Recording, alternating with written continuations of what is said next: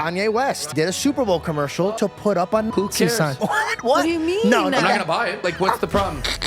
I have anxiety. And like, what is so cool about it? I've never seen anyone smoke pot and go, that guy's a cool guy. A lot of your comedy is like making fun of chicks that annoy you. Sexism's been a big part of my career. Huge.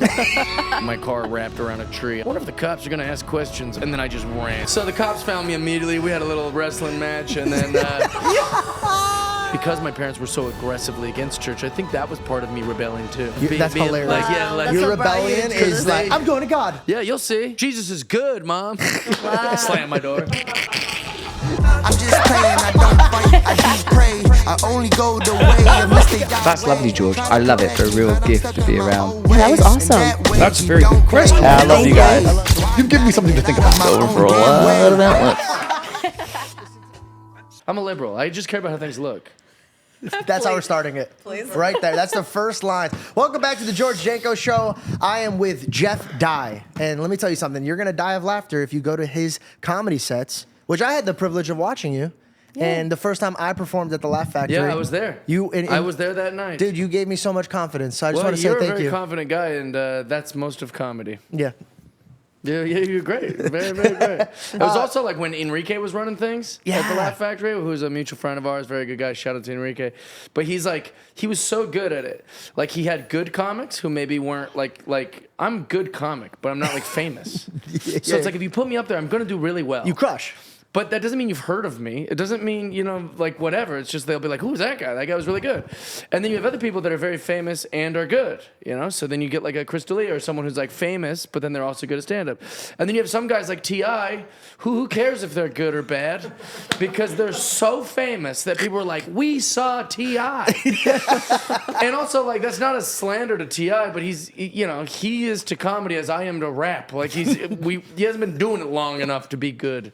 And so, but then, like, you were like, it was your first night, and then Enrique's like, who cares? Everyone knows who you are. Like, put you up there, and you did great. Thank you, bro. Yeah, it's fun to watch. I really appreciate it. Yeah, it was so nerve-wracking because it was the first time I performed in front of her ever. Oh, okay. And then Chris D'Elia. Well, if it's your first time performing, of course it's the first time in front of her. At Laugh Factory. Oh, it was you've like done it before then. It was like my third or fourth time doing stand-up. Okay, my bad. Yeah. But yeah, no, it was just hilarious that like everybody there was like I wanted to I came in at a night where I didn't think anybody would show up. No, that's packed. And everybody showed up. Yeah, it was awesome. It was lit. It was a moment that I'll never forget, and you were a part of it. So I was thank there you so much. and supportive. You are who you hang out with, man. That's a huge common factor with any type of industry you're in. If you want to be the best, you hang out with the best.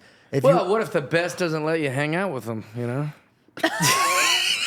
That expression don't work, Been trying to kick it with fucking LeBron and all these people, and they won't hang out with me, So I hang out with these losers, and now I'm a loser.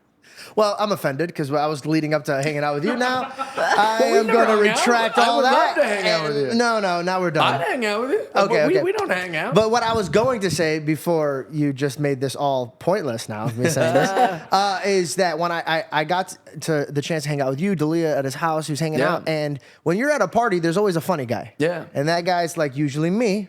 Yeah. And I am pretty good, but I was hanging out with the pros. It's kind of like going like you're playing LA Fitness ball and you're like, dude, I'm amazing. And then somebody's like, you want to go play with LeBron? And then you're like, I am terrible. I should never play this sport again.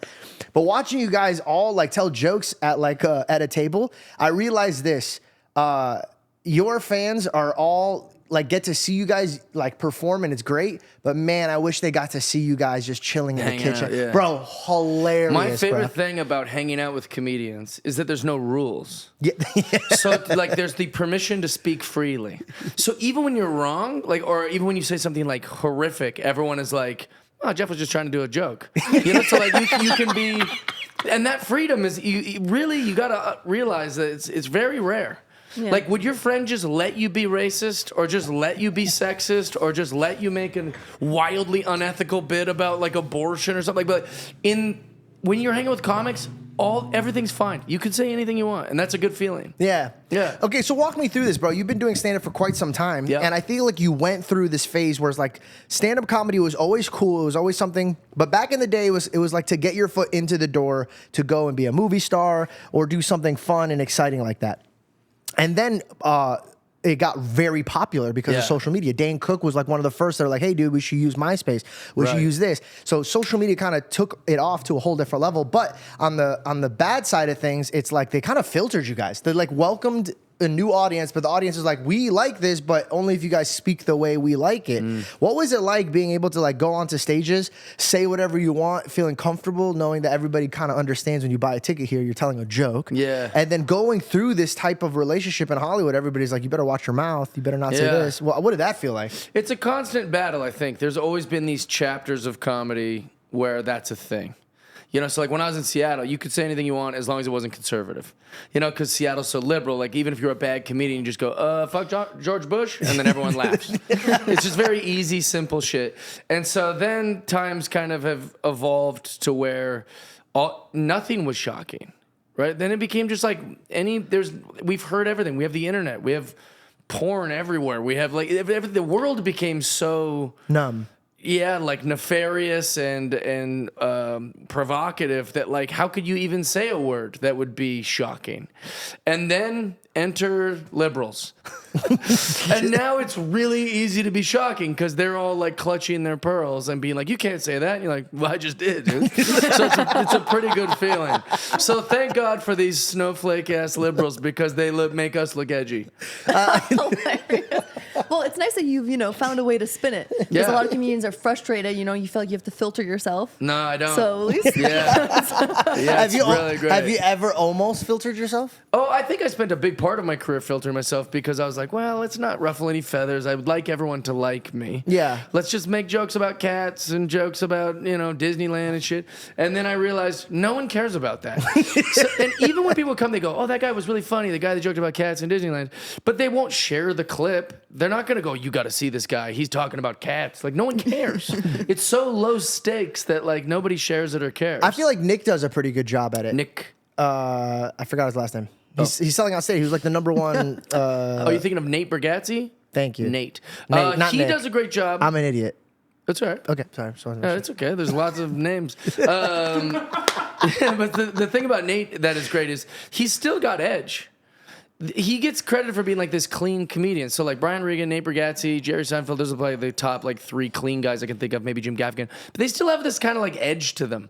Like there is an annoyance about his wife that he's like annoyed by her and her things she says. Or like these Starbucks employees screwing up his drink. He's like, clearly you're stupid, like he's able to. So like same with Jerry, same with all these guys, they have this edge. Without that kind of like dark side of the moon, like it's pointless. I do find it fascinating though, because like it is art. And before I used to like, oh yeah, it's an art, I'm an artist. But then like when I literally step back and watch how these people bring their life to their audience's perspective and really have them sit in their shoes, kind of like a writer or a director for a movie.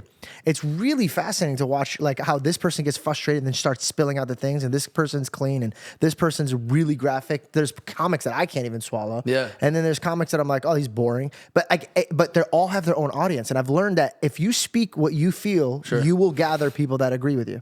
I have found that to be the truth. A little too late in my career, but I've found it to be true, and it's been very successful for me, is that like as long as I'm committed to being honest. Yep.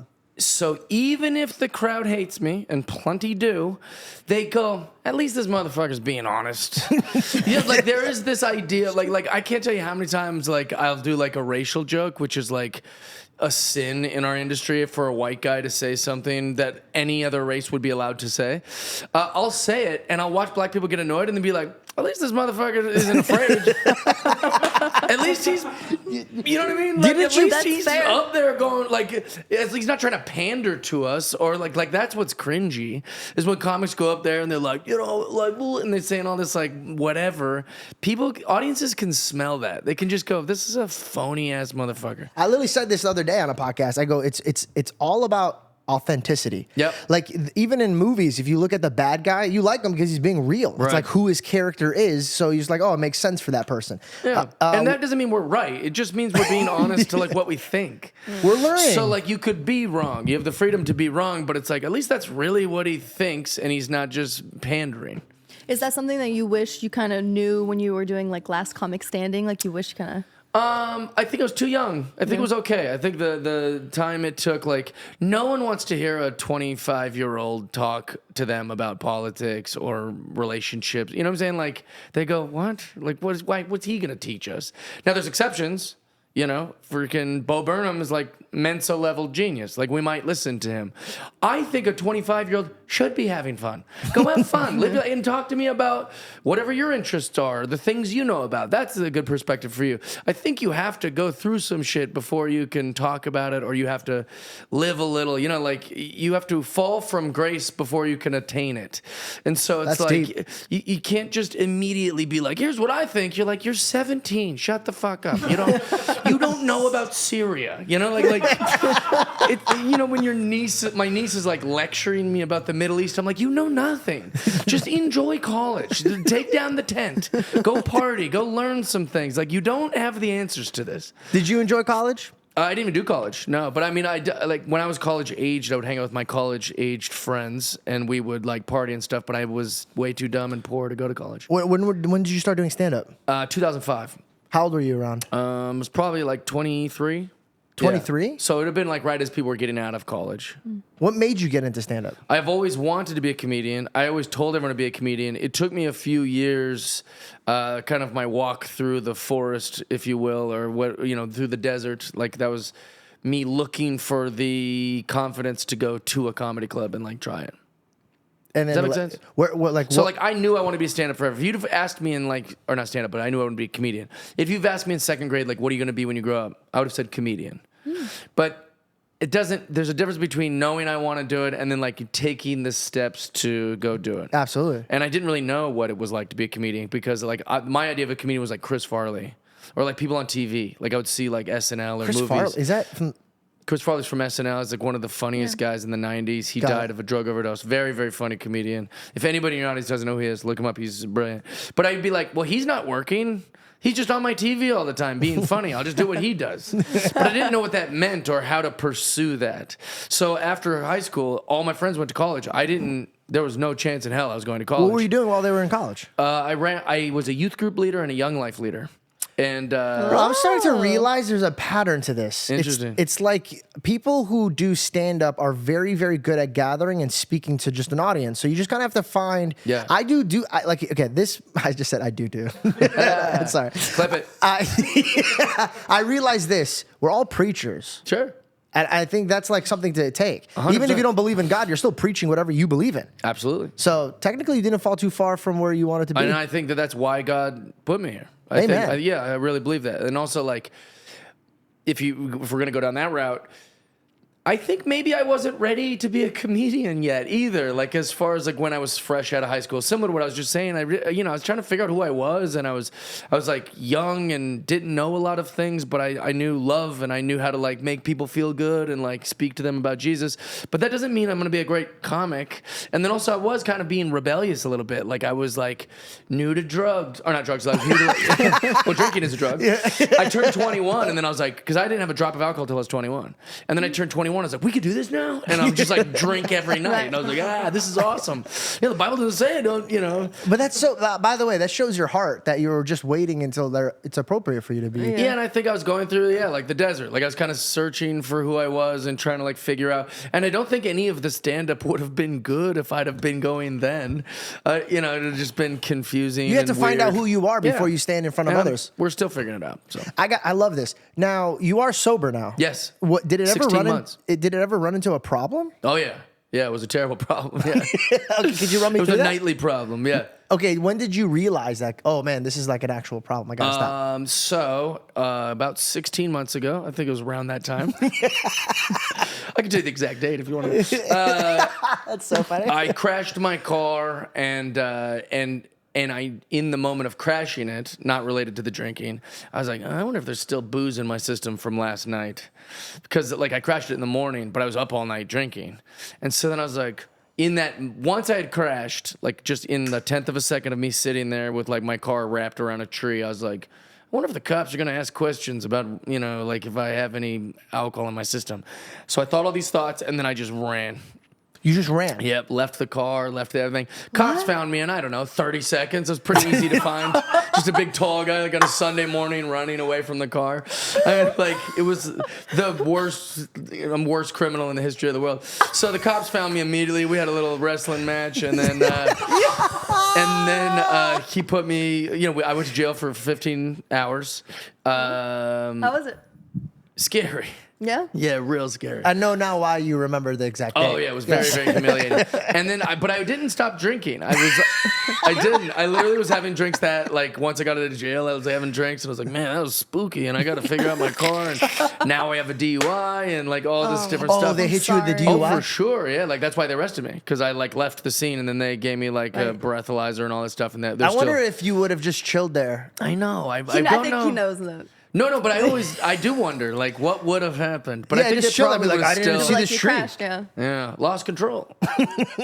Tree came out of nowhere. So I thought I was out of the woods, that I'm just going to deal with this. One gift for the world is privacy, like people get to deal with bad things in private, if you're very humiliated that a man or woman breaks up with you, at least it's just in your zeitgeist. Your friends know, it's in your phone. You get to like kind of, live your life. When you go to the Starbucks, they're not talking about it. Yeah. Well, a girl that I, briefly flash in a pan dated was the person I was meeting at the coffee shop when I crashed my car. And so she talked about it on her podcast, and she's very famous. So she talked about it like literally like 3 days after it happened. So like all like People magazine, like everything's like, everyone's very worried about Jeff dying. I was like, no one knows about this except one dumb skank. So like the thoughts and prayers are from her, evidently, but she just wanted to like talk about it on her stupid podcast. If it's okay if I know who it is? Oh, it's all over the internet. Yes, it was Kristen Cavallari. Who's Kristen Cavallari? That sounds so familiar. I think What we should know podcast? this, but Some old washed up reality star. Yeah, I would be kinder, but she hasn't been very kind to me. No, she was a woman I was in love with, and she thought it was a loser, which I think people can identify with that. You ever loved someone more than they loved you back? That's who mine was. And she made me look like a fucking idiot to everybody. Well, I'm sorry you went through that. No, it's okay. It was for she the looks best. like the fool. You don't look like No, people would agree with her on this, yeah. No, but here's the thing. Then it became everyone's business. So it was all over everything, and then I was like, well, I might murder someone if I don't handle this correctly. So let's stop drinking for a couple days.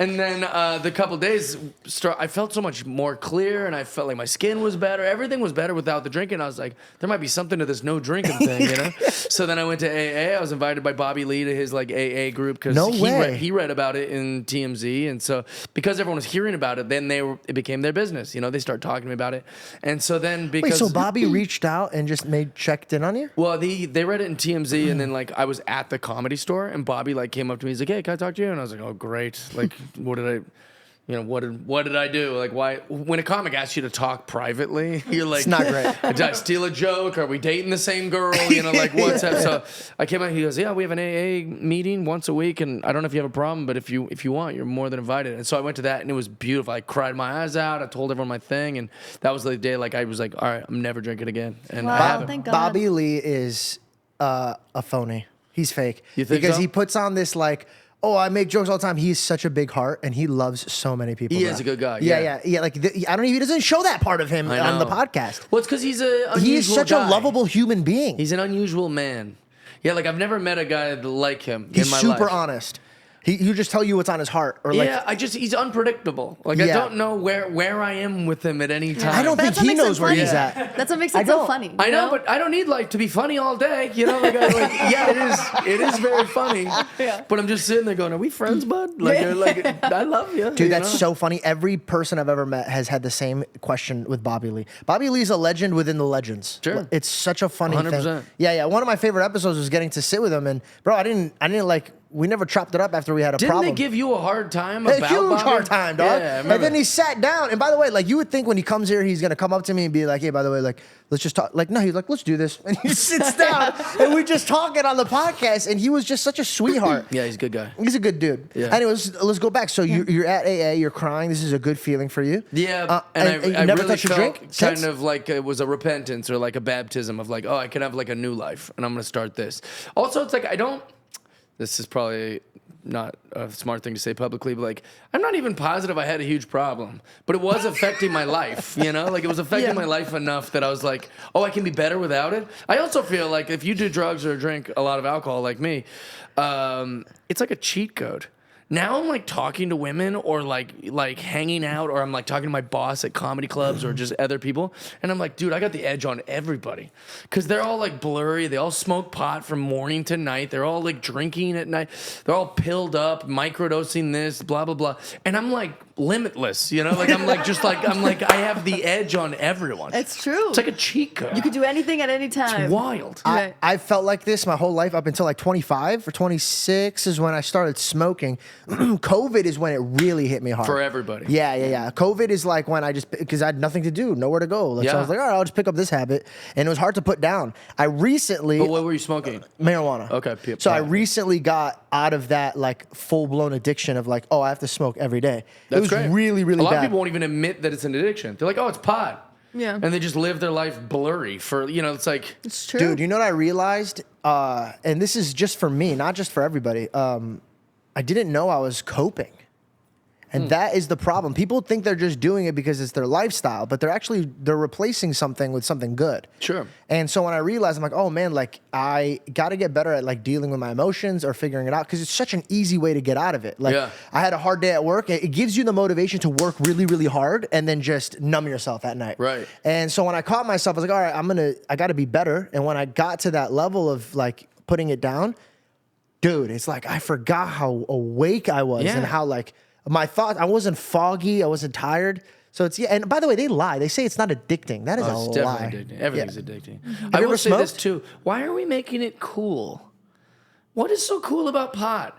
Well, like, why is everyone so positive and optimistic and cool with pot? It isn't cool. Just so you know, just because all your favorite rappers do it, it doesn't make it cool. You know what's cool is like loving your life. Like what's cool is like being nice to people. What's cool is like having interests and enjoying them. What is cool about sitting around like in sweats all day and bitching about life and being like, I have anxiety and like what is so cool about it? I've never seen anyone smoke pot and go, that guy's a cool guy. If anything, they're just a cool guy, and then I look at him for smoking pot and go, why is he doing that? Like, it's very strange to me that we think we're so optimistic about pot. I think it's because we live in a time that's kind of dark, dude. Like I think like every generation kind of goes through it. I mean, like the Roaring 20s or like the Depression or whatever. I think it got to a place where everybody got social media so much, so quick, it made them depressed. Sure. And so people are trying to cope with it, if it's with drinking or if it's with smoking, if it's with toxic things that they're doing online, but they're trying to deal with it. And I think, God willing, it's going to bounce back. Like people are going to shake it off. Kind of like me and you shook it off. We're like, all right, well, hold on. Well, we're chasing the wrong things. Like that's all it is, in my opinion. Like but like we're very optimistic when people chase pot for some reason. That's what I mean. They're glorifying it. I think also too, it's become such a business. Yeah. There's a big revenue behind it, and so companies really played on that. Right. And then as well as like now with everybody sharing their lives, like all these, you know, every girl in their 20 somethings and boys in their 20 somethings that have like a platform, that's part of their lives, and they're showing it, and people look up to them, and so they're like, oh, they're cool, they got it going on, they're making money. She's, you know what I mean? Girls are like, oh, she's pretty and has cool outfits, but she smokes weed. Yeah. Okay. Want to get fat and eat Burger King 4 times a day? Yeah. Dude, Pot. that's why I gained weight. That's why I gained weight. What's so great about it? I don't understand. Like we're in, like I feel like we're encouraging the wrong things. 100%. Look at you, back to being a preacher. It's true though. What's so good about it? Like I get when you do mushrooms, you go, oh, I get it. I could see how you'd want to feel like this all the time. Like this is I think of mushrooms like eating therapy. No, that's crazy. You just feel amazing. That's crazy to say that. What? That you could do mushrooms I've met people that do mushrooms all the time. They're not humans. Doesn't end well. They like start out as humans and then they become aliens. Like they're not normal. That's true. Well, there's lots of different types of way to do mushrooms, you know? Like, I don't think that should be a recreational thing. I think you do mushrooms a couple times in your life, learn some things. Yeah, this is not every weekend going up to Joshua Tree and just living off mushrooms. Yeah. I think psilocybin is a cheat code for what our minds are already capable of. So it's like, if you meditate or if you pray or if you have like a relationship with your creator, whatever that word you want to put on that, you can get to that headspace. Exactly. The difference is that like psilocybin is a great cheat code. You can just leapfrog right to that headspace. And so I don't want to glorify the way that you get to the headspace, but like that is an important place to get to. Yep, because you solve problems there. Yeah. And it kills your ego. I think it's important for people to meditate and get into that realm. I think it's very dangerous when they use a cheat code. And they use the cheat code over and over because you go, what a great thing. And also, what spirit are you tapping into? Right, 100%. You know what I'm saying? That one, what is it? Ayahuasca. Ayahuasca? Yeah. People tell me stories like that, and I think they're setting up a scene to a horror movie. Yeah, we're in a hut. Yeah. You got to stay with the guy. If you see a dark figure, just make sure you don't invite him in. What are you talking about? Right, I know. What are you talking about? You willingly went in. If you poop, you have to use this bucket. I know. What are you talking? You couldn't pay me to go there. Also, it is a little suspect anytime you need someone to guide you. Wait, so like I gotta trust a guy? Right. Do you know what I mean? Like, what do you mean trust a guy? They go, oh, don't worry, he won't. I've never met him. What do you mean? That's so Don't worry true. about him. What are we crazy? Like, it makes no sense to me. I've never because one of my exes from a long time ago. She was such a beautiful heart and such a beautiful soul, very trusting. She really is drawn to people who are like, you know, oh, what up? Who cares about clothes? Or like these kind of like anything that would be nature-y, like she's very drawn to that. So you don't think that guy's not going to be like, oh, now that you're completely ayahuasca'd out of your brains, we don't, you don't have to wear a shirt if you don't want. Like this guy's going to perv out on her for sure. Yeah, I mean, that's dude, what I think. Yeah, I mean, I feel like you've sat around thinking about this. Oh, for sure. Yeah, and they're just like, oh, we're just dancing. What's the problem? Like, you went with this guy for like 7 days and did ayahuasca? Like, what's going on here? Yeah. But just on a spiritual level, like you don't know what they could be whispering to you when you're in this different state. Yeah, you know what I mean? 100%. Yeah, that's pretty creepy. You're inviting like bad things. Okay, let's tone it back because like I feel like we just went on a journey. What else? They go, I puked and I saw it. You're like, what? Your puke was deep? Now your puke is some sort of sign for you? Good God. How do you? Okay, so a lot of your comedy stand up is like making fun of chicks that are like that annoy Yeah, you. it's been a big part. Does Sexism's been a big part of my career. Huge. Like, huge. Which, by the way, bro, like it's hilarious because you look like you're bitter, but you're way too good looking to be bitter. I'm definitely not bitter. No, I'm not. I love calling bullshit. Like if you were ugly and short, nobody would be okay with your jokes. Oh, for sure. But here's the thing. I love calling bullshit, and we have pumped women full of so much bullshit my entire, like, 42-year life that, like, it's really easy to just call it out. Like, it's so, like... What joke have you got hammered on the most? I'll tell you the worst one. I would love to. The worst one is... I said, if you're such a liberal, progressive woman, why didn't we go halvesies on that abortion? You made me pay for the whole thing? I don't know. That seems pretty conservative.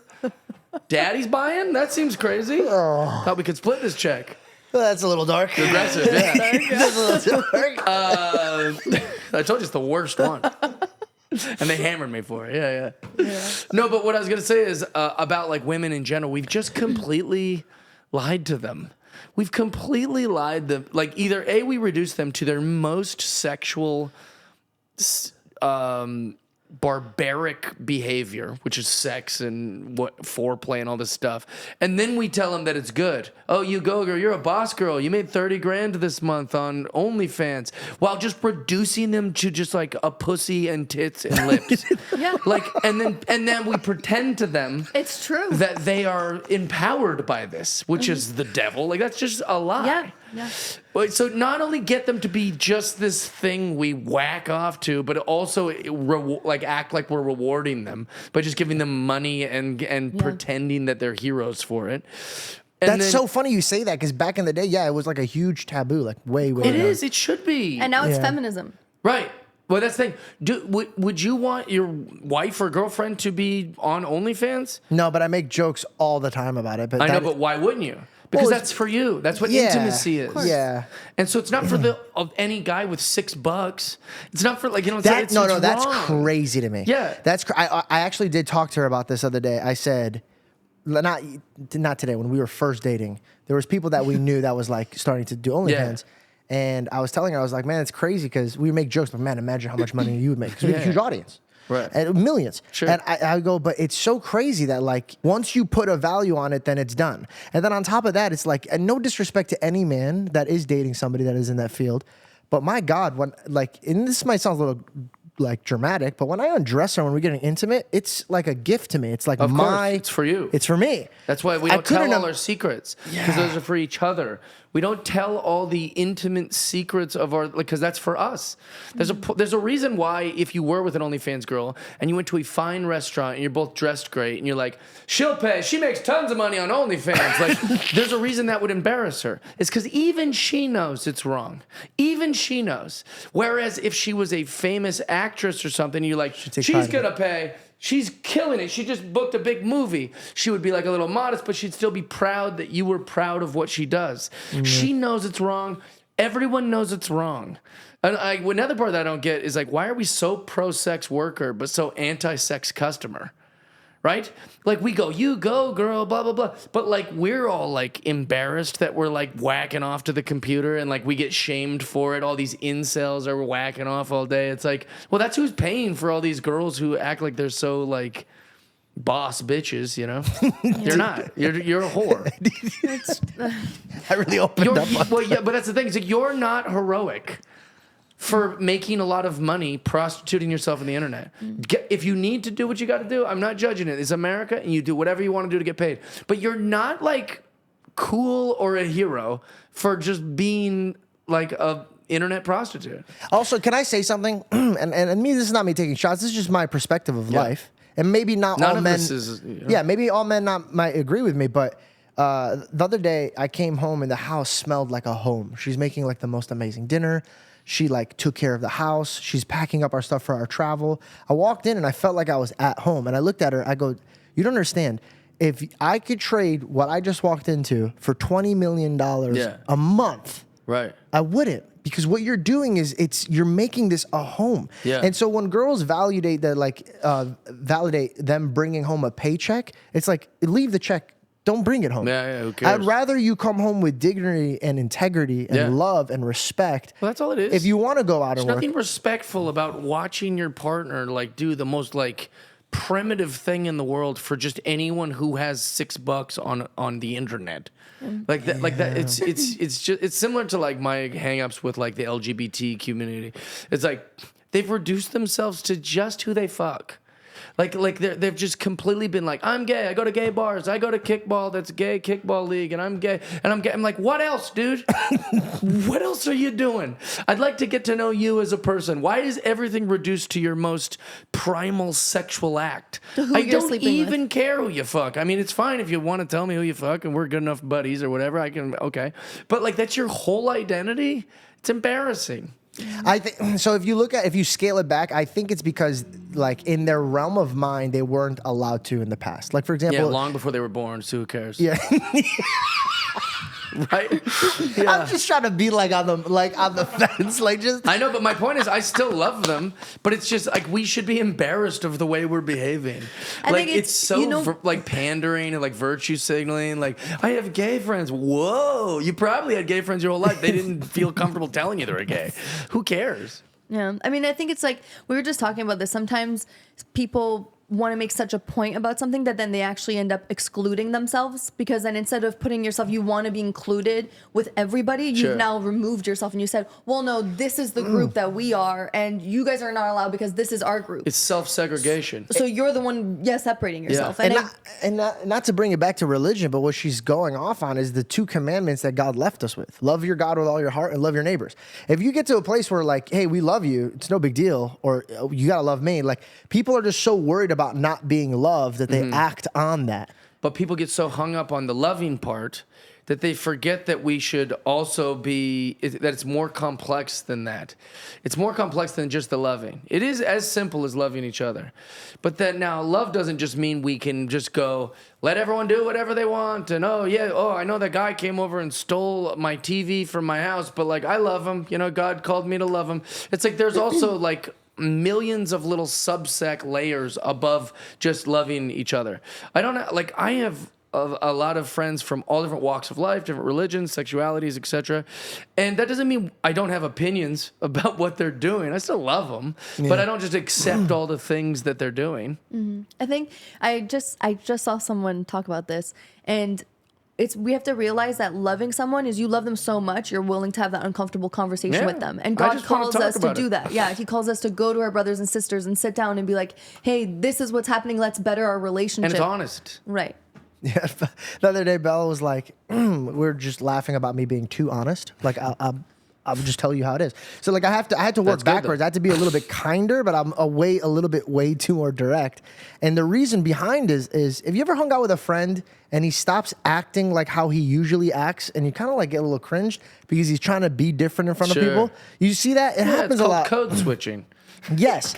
And I don't want to do that in front of God. Yeah. I feel like He's always with me. So like He'll watch me. The way I talk to Reed is different. Yeah. So I always have my mind on how He's watching me, and that in its own like way and defense and default. Yeah. Everybody else is happy with the way I'm treating them. I think what you guys both just said is kind of made me come to like a realization here too, is like, just because I have that opinion about an OnlyFans girl doesn't mean I hate her.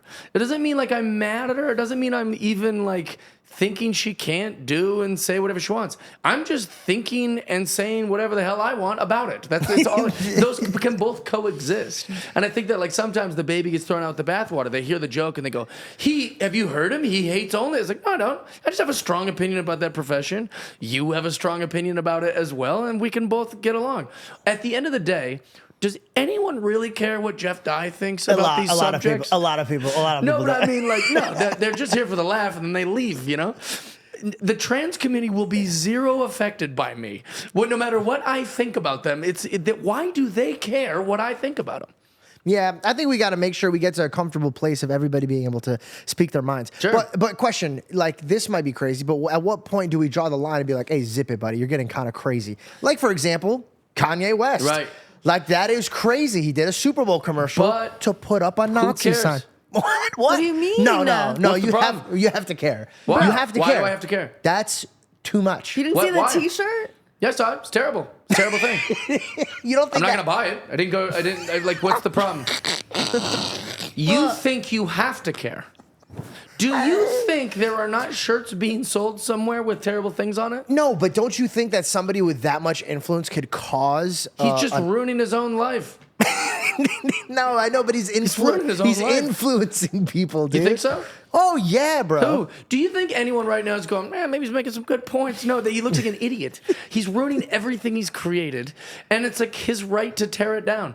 Here's the thing, like, if you're a racist, you're a stupid fucking person. But I also don't like waste any time being like, we've got to find the racists. Like, they're just so dumb to me.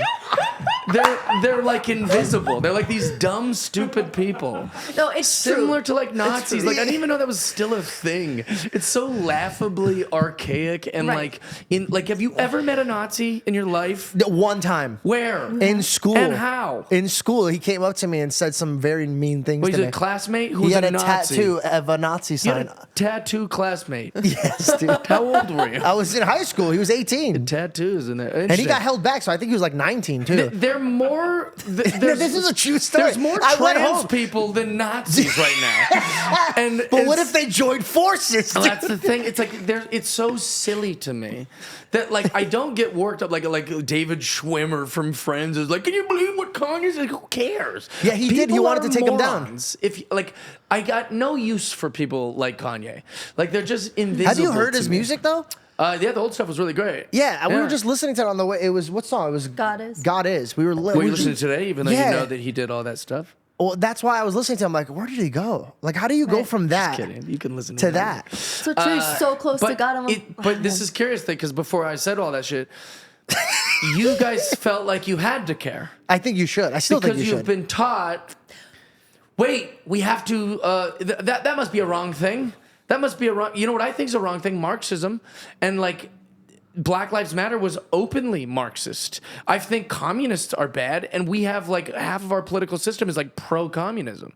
So it's like, to me, these are just bad ideas, and they're nice people. I think Kanye's probably a nice man who's going through a lot mentally, and I think that like, I don't hate racists. I think they're stupid people, but I think loving on them and being like, hey, you should come around on this, because most racism is like, it's easy, it's simple, it costs you nothing. Say, oh, I can be in this group if I just say I hate these people, and then they never have to even interact with those kind of people. Yeah. Like, I think love is the answer for those kind of subjects. I don't spend much time. 100%. And I Yeah. think you're absolutely right. But like, where do we draw the line as like influence? Like the people, like David stood out and he had influence, and he's like, hey, like, I don't think what he's saying is like okay. Right. Where do you draw the line? Because like, dude, And Dave's right. David Schwimmer's right. you're and- just but- saying like, just don't pay attention to it. Kanye's an idiot. Like, nobody, it's not gonna start a revolution. Well, here's the thing. If you, I might be wrong, but I saw somebody talking about this. I haven't fact checked it, but I would love for somebody to fact check this. But before the Holocaust, and people were getting into that realm of disliking Jewish people, 100%. there was a lot of famous and genius people in their 100%. time that were like, yeah, we hate Jews too. So it's Correct. like, at what point? You can start movements. I But just don't here's want to be thing. the guy right before the Holocaust that was like, man, I should have said something about Kanye. And Well, then like I didn't. think that's every young person's fear is what you just said. Is that I think the reason we are so quick to defend the trans community or so quick to defend Black Lives Matter, any of these things, is because you want to be on the right side of history at the right time. So you think, oh, this will be my civil rights march. This will be but the truth is, like, we need to be a little more contrarian and like look at these things. The Kanye West, for what you're comparing for like World War I, which led into all of the bad stuff that we know now as Nazi Germany, it was so well spoken and thought provoking and also like very particular for the time that it was able to recruit people, and people go, I agree with this, and then that's what happened. It's not from some jackass who's like a punchline, to like the world, like Kanye selling swastika shirts. He doesn't even really know what that means, I bet.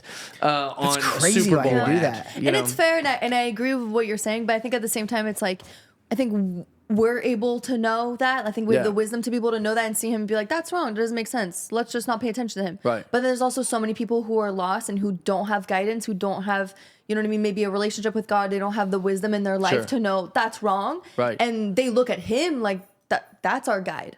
And so that affects them, and that affects the choices that they make. That's the only thing, But I don't think it's gonna. I don't really think that they have that much power. Take Taylor Swift, for example. Everyone loves her. Like, literally, like, so many people love Taylor Swift.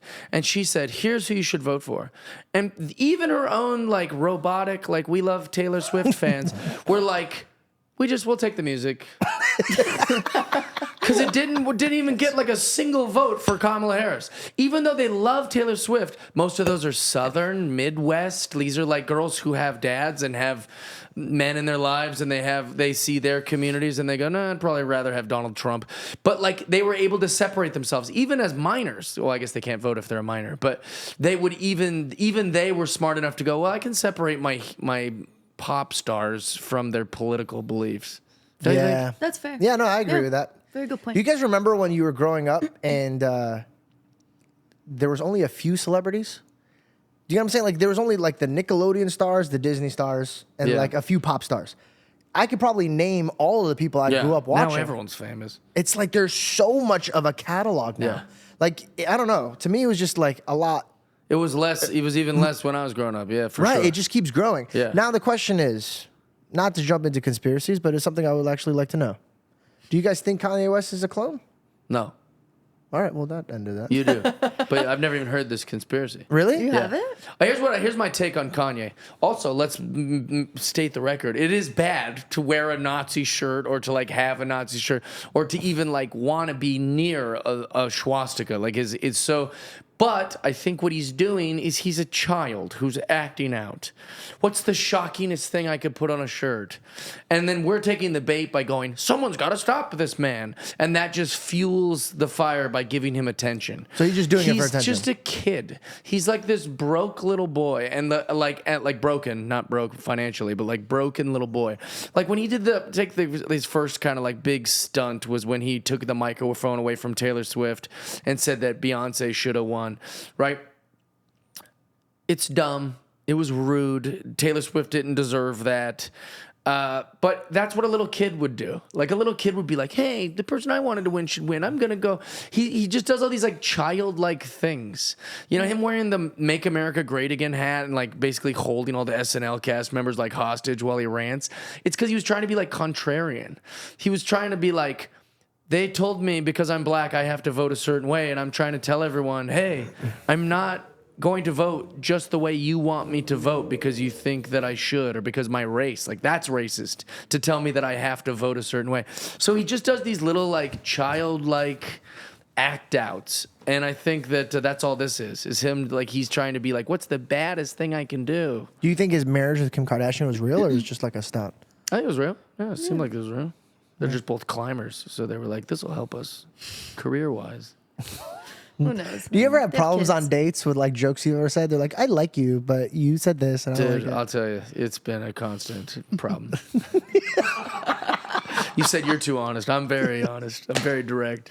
Do you roast them on the first date? And they're like, No, I don't ever make fun of anybody. Really? I make fun of things, not people. I don't make fun of any people. Group of people. Yeah, like women in general, right? But then that's not like, you know what she does? It's more like a generalization, which always gives you the back door out of being like, well, he's not talking about me. He's just talking about most. Yeah. You know? Right. And that's real fun. Well, speaking of conspiracies, Yes. but you might not think that this is conspiracy. Okay. Tell me about why you think Bigfoot is real. Oh, yeah. Bigfoot. It's just a big monkey that lives in the woods. There's a bunch of them. That's all it is. There's thousands of them. Well, you millions of really them. think Swear to God. Bigfoot's real? Yeah. Do you not think Bigfoot? I've never even heard of. I thought Bigfoot was like an imaginary thing. No, it's Yeah. a whole species of animal. So Did they have big feet? Yep. Well, so people see them all the time. But the thing is, we live in cities and in buildings and things, so it's ridiculous to us. But if you do like a little bit of homework, just like look up like things like, oh, people actually believe in Bigfoot, then you go, oh, this makes total sense. It's just a bipedal hominid who lives in the woods, mostly in the Pacific Northwest, but kind of all sprouted around. If you go to the Natural History Museum, be like, what kind of monkey would be 10 foot tall, or if it's female, like 8 foot tall? That's ridiculous. There used to be some in Asia called Gigantopithecus. It's a very commonly known, big primate. And then when the Asian plain was connected, they believe that some probably came over here and then evolved into what Sasquatches or Bigfoots are now. wait, the plane came over here with them? No, it used to be connected. It was an Asian plain. Like the land used to be connected, and as time went over and water rises and all that, it's not connected anymore. Pangea. Yeah, well, so similar. So are there pictures of these things? It's not the same. I thought it was But I mean, Pangea. Pangea would have been like similar of the belief of You're smart. about the things I like. Yeah. But yeah, like I think that there's just tons of them. They're not as common as like bears and shit, but also like I don't know why it's not recognized as a thing. We have everything: hair. There's audio files, there's video, there's pictures, there's footprints. Some of the footprints have dermal ridges, which is just like a fingerprint. Like it's just an animal, just a big stupid animal. Have you ever wanted to go and meet them? Yeah, Why haven't you ever done it? because it's scary. It's a wild animal and they're huge. Oh, like you legitimately believe in this? Like full? You're not Swear doing to this as a God. bit. No, I swear to God. He's being serious. He's giving you all these facts, dude. Yeah. Dude, that's so funny, bro. You don't That think is- Bigfoot's real? I just never came around to even thinking about it. Yeah. Me neither. I just never thought about it. Yeah, I do think about the deep ocean. yeah. The ocean freaks me out a lot. I also, this is gonna be kind of a new idea that's been popping around in my brain the last few months. Is like we are so reliant on all our senses. Naturally, we're creatures, but hearing, seeing. But what if there's a ton of shit around us we just can't see? That happens. So if that is the case, what do we know about identifying things? You know, like we'll go, it's invisible, so it must just not be real. But like this room might have little creatures in it that we just can't even see. I guess microscopic things there are, but like. Like, well, I think of angels and demons. Well, like spiritual warfare, yeah, they talk about this stuff. Like, there could be like an angel just right there, but since we can't see it, we go, shut up, Jeff. There's no angel. You know what I'm saying? Like, but like, what about that with scientific things? What if there are, we think there's spirits, or, oh, I saw a ghost person in my house, but like, that's just a thing that's here with us on Earth. Like, I learned this the we're other relying day. on our eyes too much. The eyes of a cat is the only other eyes in the world that relate to it are serpents, like snakes. So like lions and cheetahs and all that stuff, they have a circle eye, but a cat's eye is like a snake's eye. Right. And the reason why Pharaoh or like any Egyptian like ancient artifact would always have cats is because cats and snakes that are reptiles could see other dimensions that we can't see. So that's why, like, I always look at my cat, and if he's staring up at a wall, I'm like, hey, yo, dog, what are you looking at that? Yeah, hey, cat, learn English. Tell us what the hell. Seriously, man, we got to start talking to these animals. Dude, if you have... They can see stuff, but then we'll just call them liars. That's what we would do. The cat would be like, there's something right over there, and you'd be like, he's a conspiracy theorist, this cat. Sure. What is the most nervous performance that you've almost gone into? Like, it could be a podcast, it could be a show, it could be a live performance. Which one, right before you went on, you're like, oof, I'm a little nervous about it? The first time I did the Tonight Show on Jimmy Fallon. How did that feel, and how did it go? It went great. Before I went up there, because I don't get real nervous for comedy. Excuse me. But for that one, I was like, man, this is such high stakes.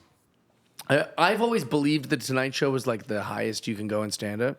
That isn't true anymore. It used to be true like in the 70s and the 80s Yeah, and the when 90s. television was like really running things. Yeah, and so in my mind, like that was always the goal: get to the Tonight Show, get to the Tonight Show. And so like now it's more just like between comics, it's a big deal, but like for the everyday person, who cares? But so I like had built it up in my mind over my whole career, and so when I went out there, also, it's not like a comedy club, this big, stupid studio in New York City. It's not, the audience is super far away from you. I'm wearing a suit. I've never worn a suit in my life, let alone on stage doing comedy. So like I was like, everything just felt so wrong. And then I was super nervous, but I'd already done that bit so many times that it went great. Amazing. Well, how was Jimmy Fallon? He's nice, really nice guy. Yeah. From one alcoholic to another, he's a drunk ass. He was great. Does he know? drink? He's always drunk. Really? Oh. I was like, That's kind of mean, but I don't know. Like on set, he was he's drunk? a great guy. No, he's a good guy. Well, I never said he was a bad guy. I'm just Yeah. saying, like, was he drunk on set? No, he wasn't drunk on set. Oh, okay. I think you taking made it seem it- like he had a problem. He was like, Yeah, a I good mean, set. I don't know him well enough, but I bet it's a problem. You should invite him to AA, like Bobby did I for would, you. yeah. Hey, Hey, can I talk to you long for a time, second? Jimmy. Can I talk to you for Want a to go second? to this thing? I think you have a problem. Well, now he knows. So I'm just kidding. I always get Jimmy Fallon and Jimmy Kimmel? Kimmel confused. Yeah. Well, there's so many. Jimmy late Fallon's the night- nice comic, right? And then Yeah. Jimmy Kimmel is the one who starts stuff. Jimmy Kimmel, yeah, he's got like a little ornery streak to him. He used to be on The Man Show. Like he used to be married to Sarah Silverman or dated her or something. Yeah, Jimmy's like the edgy one. But Jimmy's also political. Kimmel's Yeah. political and edgy. And Jimmy Fallon is apolitical, or at least he tries to be, but he's at NBC, so it leans a little left. But like Jimmy's like the always singing karaoke with like a Muppet, or doing, He's like the David Dobrik of late night shows. who's David Dobrik? Am I wrong? Yeah, I can see that. Yeah, I feel like he's like fun. the David Dobrik of. I love watching clips of him, like when you know what I mean. I know he's always gonna do something fun with his guests, so like. Jimmy? Yeah. Yeah. See, there you go. That's exactly what I'm talking about. You think you got more exposure from that or being on the Joe Rogan Me? show? Yeah. Oh, 100% Joe. Yeah, Joe Rogan like Me? is Who else am I 9 talking to? million times more popular than Jimmy Fallon. And you could see it, like Yeah. out in the street, people would be like, "Hey, I just saw you on the." Oh my God, yeah. Like Yeah. Joe Rogan is easily I've been doing this gag lately where I met Dana White at the Lakers game. And he goes, hey, man, congrats on all the success. I was like, thank you so much. It's just flattered you even knew who I was. And I go, every morning I wake up and I'm just like, thank you so much. I know I should probably pray to you more, but I'm very grateful for everything, Joe Rogan. Thank you so much. little blasphemous, but It pretty was. funny. It was. Yeah, That's yeah. why I can't give you a full. That's why Know I your liked audience. it. Know Can't your give you a audience. full- Can I speak to you for a second? It's funny, we just unplugged. We're going to that. Yeah, but it's been great. How was it? He's awesome. He's the best. I think the thing with Joe Rogan that I like is that we're both thinker talkers. You know, like we're not always going for the laugh. Like we're willing to like go into, and I'm happy to talk about anything. If someone said like, there's not like that's kind of earlier full circle on our earlier thing where like the freedom to just say anything as a comedian. If someone wanted to sit and go, Jeff, I think Sandy Hook was completely fake.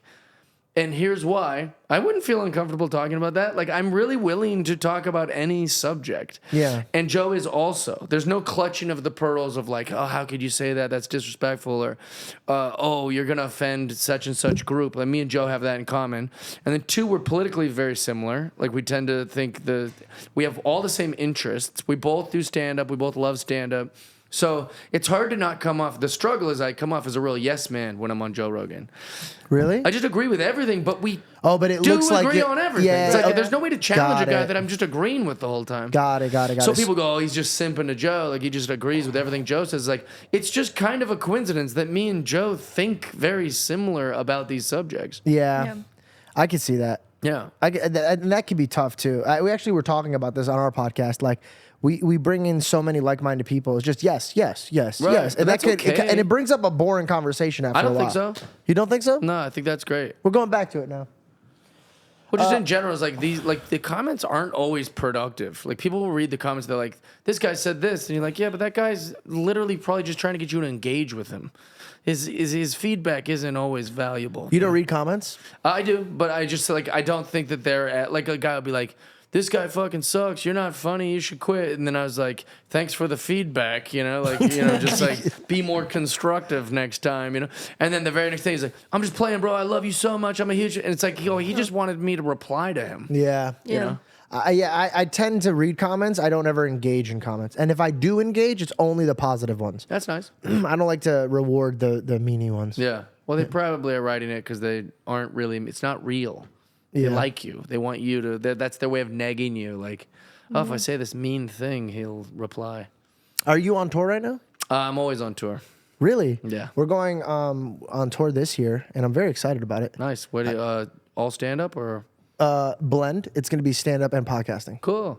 Be fun. It's going to be really cool. We're going to have some cool guests. Yeah. We're going straight to theaters, too, so that's exciting. That'd be great. Very, I've very never, so like a live podcast. Yep. It's going to be Nice. Do you hear that? I think it's the spring water. Oh, no worries. I thought like sorry, my bad. I got super distracted. It's all good. ADD. Yeah, it happens. How were you as a student? Terrible. Nice. Terrible student. Yeah. Because I didn't care. Anything I care about, I can get dialed in. But like school was just about like, I just wanted friends. I wanted people to like me. And since I was like very neglected by my family, like that was my place to get attention. And so I'd always like try to like speak out and like get like laughs and like say things or like be naughty or get in trouble because they got me attention. And so that was my place to do it. What if you don't mind me asking, can we dive deeper with the family thing? Yeah, I've talked about it a million times. Yeah, they were just, my parents were good couple, right? I think they wanted to get married. I think they only had kids because like that's what you do. Like in that time period, especially like when they were having children, like you get married, you have kids. But I don't think they really wanted kids. I think they were just kind of like, oh, this is a nuisance to us, and like this cost money, and this. So I think that they, you know, would rather just not be parents. Oh, That's I'm how I sorry. think. Are you close with them now? Yeah, I talked to him and we, you know, do the family thing, but like it was very like I always joke, yeah, my parents, I barely met them. Like, they were always doing stuff, you know. They were always like just not around. So me and my Were they sisters, together or were they yeah, separated? they were together. Yeah, they're still together. But like, Wow. yeah, they just sucked. They didn't do nothing, man. I'll be like, let's go here. They're like, no. And I was like, all right. Can I go there? They go, no. All right, fair. Just sit around. So if you don't mind me asking, what made you behave and like not drink until you were 21? Fear, I think, was that one. So like, Fear of your parents or fear of like just drinking? yeah, I didn't really know nobody drink. The people I don't know. I just had a healthy fear of like. Actually, it's funny you say that. Everything in my life was me, even now, just trying to be a good boy. I think that's all it was. I think I wanted to be good. I've always wanted to be good.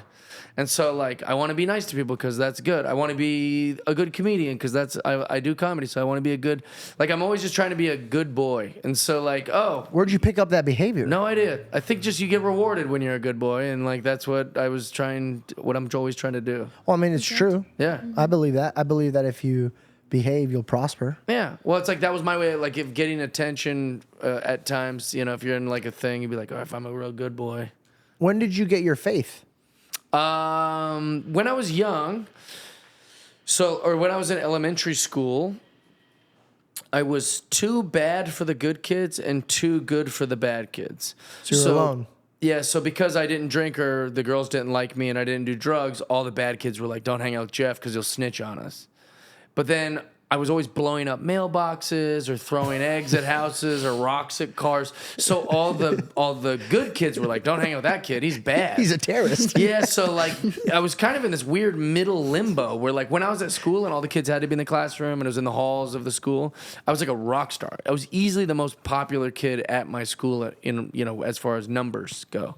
But then the second I went home, nobody hung out with me. No one wanted to, you know. So it's like those kids weren't like hang out with us after school. They were just like, that Jeff Dye kid's hilarious. We'll see him tomorrow in class, you know? And so that made it created a weird thing. And so because of that kind of like being what I was in school, I was always looking for answers. I was like a little thinker, like where are we gonna go when we die, or what's the point of all this, or like whatever. And most of the kids at school didn't give a shit about those questions, or just didn't have answers. And the ones that did were Christian kids. Christian kids at least had some answers. They're like, oh yeah, like it's a test, you know. God gives you free will, and then if you're good, you get to be in paradise with Him, and if you're bad, you go to hell. And I was like, good enough for me, you know. Like at least that's an answer, you know. And so I got really involved in that. Also, we were poor, and the church was always doing stuff.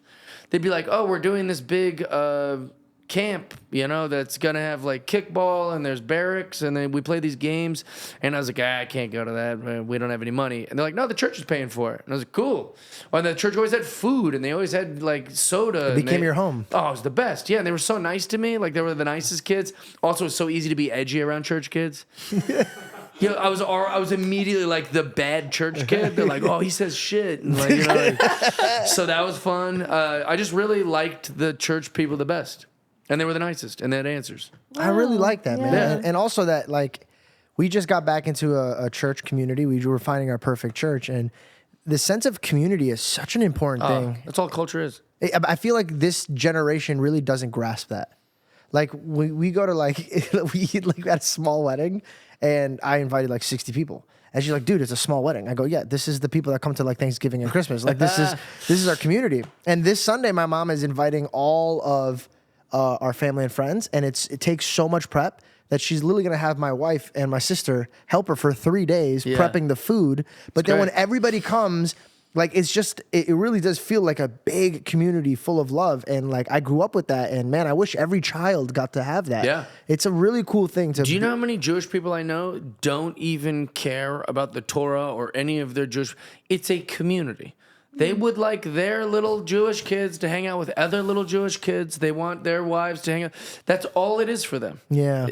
But like that's the point of the church, is to come together and to find like groups. That's the whole point of a cookout or any group you have, any sporting event. It's all of us just trying to find our little community. That's Did you go to church with your mom and dad? So when we were young, we went to a Methodist church in Kent, Washington, and we hated it because we were too young to grasp it. Like me and my sisters were just like, this is a thing we got to do on Sundays. We hated getting up early. We didn't understand what was happening. And the youth group leader was a lesbian, like this butchy lesbian lady. And my mom found out she was lesbian, and instead of like my mom, not anymore. Now her best friends are like homosexuals, like that she works with. But back then, very homophobic, like very homophobic. So she was like, "What? The youth group leaders? She's a lesbian and blah blah blah." And instead of her just talking about it with the church like she should have, she completely had a big meltdown, and then they had to like kick us out of the church, which is like. we were so happy. We were like, this is great. We don't want to go to church. But there's a story in the Bible of Mary takes Jesus to the church, and while she's, whatever she's doing, she loses Jesus. And she's panicking, and she's looking all over the church for Jesus. And then she finds that Jesus later on, she finds that Jesus was talking to the heads of the church, these old men, the rabbis, yeah. And he's preaching in the temple. So that story is very similar to my mom's story, where she lost Jesus in the church. She put all of her faith in the church. The church is just people. So the people who screw up, humans have sinned. So them kicking her out, she took it as God has kicked her out. And it's no, you could still have your faith. You could still have your, just because you kind of lost this little thing behaviorally doesn't mean That's a very deep thing you're saying, dude. Yeah, and so she lost Jesus in the hullabaloo that is our communities and churches. So we were happy, but she was heartbroken. She's still agnostic over the whole thing. She thinks everyone till this day. Yeah, she thinks everyone that has religion is some sort of hypocrite that's just going to turn their back on you, and that's her little religious hang up. But we got to sleep in every Sunday, and then when I got to the right age, because my parents were so aggressively against church, I think that was part of me rebelling too. That's hilarious. That's Your what brought you rebellion to is this. I'm going to God. Yeah, you'll see. Jesus is good, Mom. Slam my door. Gently. That's so funny. Do you ever talk to her about? Yeah, we've talked about it. We'll bring her books and talk about it. Because I think it's the most fascinating subject is people's belief systems. Yeah, 100%. Yeah, that's all the reason politics is so popular right now is because young people have no religion. So now they've made being a liberal their religion, or they've made being gay their religion, or they've made therapy their religion. Because they're so starved for God. Worship. They're starting for that worship. Now they've just found whatever they can make their entire fucking identity. You're getting very, very deep right now, and you're doing a perfect job of blending into with comedy. One, I pray for your mom. I pray that she has love. Thanks. I have this joke I always say. My mentor Robert told it to me because the first thing you do when you go to a church is you're scoping, and you're like, "Where's Satan? What is he doing in here?" And it's so funny. He told me, he's like, "Dude, chill out." He goes, "There's no perfect church, and if there is, don't go to it because you'll ruin it." Oh, wow. And I was like, "That's so fair." Church is just a bunch of people gathered together, trying their best. And the Bible verse that I read that goes, "When two or more gather in my name, I'm present." And the way I break that down, and I might be wrong, and I hope somebody corrects me, but the way I see that is, it's not that when I'm alone, Jesus isn't with me. It's when two or more are gathered with his word, they can hold each other responsible to what Jesus actually wants. That doesn't mean they're not going to fall short and they're not going to fail. Sure. But instead of getting mad and blowing up and walking away, you should go and confront the problem and do your best to find the solution the way Jesus would. But like you said, she lost Jesus in the church, which is such a beautiful way of putting it. Well, because if you think about it, once your church becomes your business, or it becomes your school, or it becomes your community, for lack of a better term, then it becomes about your relationships with the people at the church. It becomes about your little gossip. Some people, the church is rich with gossip. Very rich with gossip. And then they just mask it with oh, we should pray for Jeff. I heard he got a DUI last week. It's well, you just wanted to gossip about me. Right, hey, did you hear about Jeff? But you can mask it as prayer request. That's crazy. Yeah. So, and then there's a ton of bragging in a weird way. It's oh, Jeff, before I got saved, I was having sex with a different chick every night. And you're it sounds like you're really missing or something, the way you're talking about. So there's all these things, but that's because we're people. And it's because it's not perfect. Like your buddy says, very smart what he said. It's, you start making it so many different things that you can lose God just right in there. 100%. Wow. Yeah. How's your faith with God right now? Great. Yeah, I've never been better as far as I'm very dialed in. I think, what is that Bible verse? When two or more are gathered, I am present, or whatever that is. Do you know where I can find that? I'll pull it up right now. I'm going, just you saying that is going to make me spiral for 3 days, obsessing about what that means. Because when two or more gather in my name, I am present. What Bible verse is that? And I wonder if any of your listeners can... Matthew's 18:20, where two or three gather in my name, I am there with them. That's just NIV, but King James. I'm going to obsess about that for a long time because, or at least for the next few days, I'm sure, because I am closest with the Lord when I isolate and when it's just me and him. After every breakup, after every heartbreak, after every fall from grace, I have like this thing that I say with God where I go, it's just me and you again, bub. Like, it's just me and you. And I am so close with him when it's just me and him. Yeah. So it's like I struggle with whatever that is for sure. Like I feel like Rumi, like all of my heroes who died long before I was ever born, they're very endorsing just you and him. You got nothing else to rely on. It's just you in the middle of an ocean with your maker. I have something so deep in my heart I want to say, and I pray that I say it properly so it could resonate with you.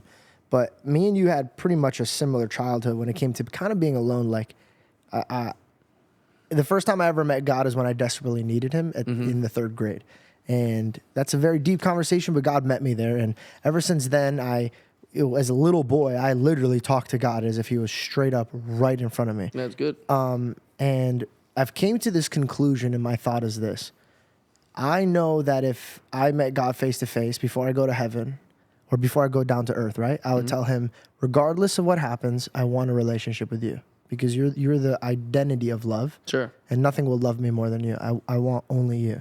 And then he sends me down to earth, and then I get caught up in the earthly things. And so when it breaks, I run to him.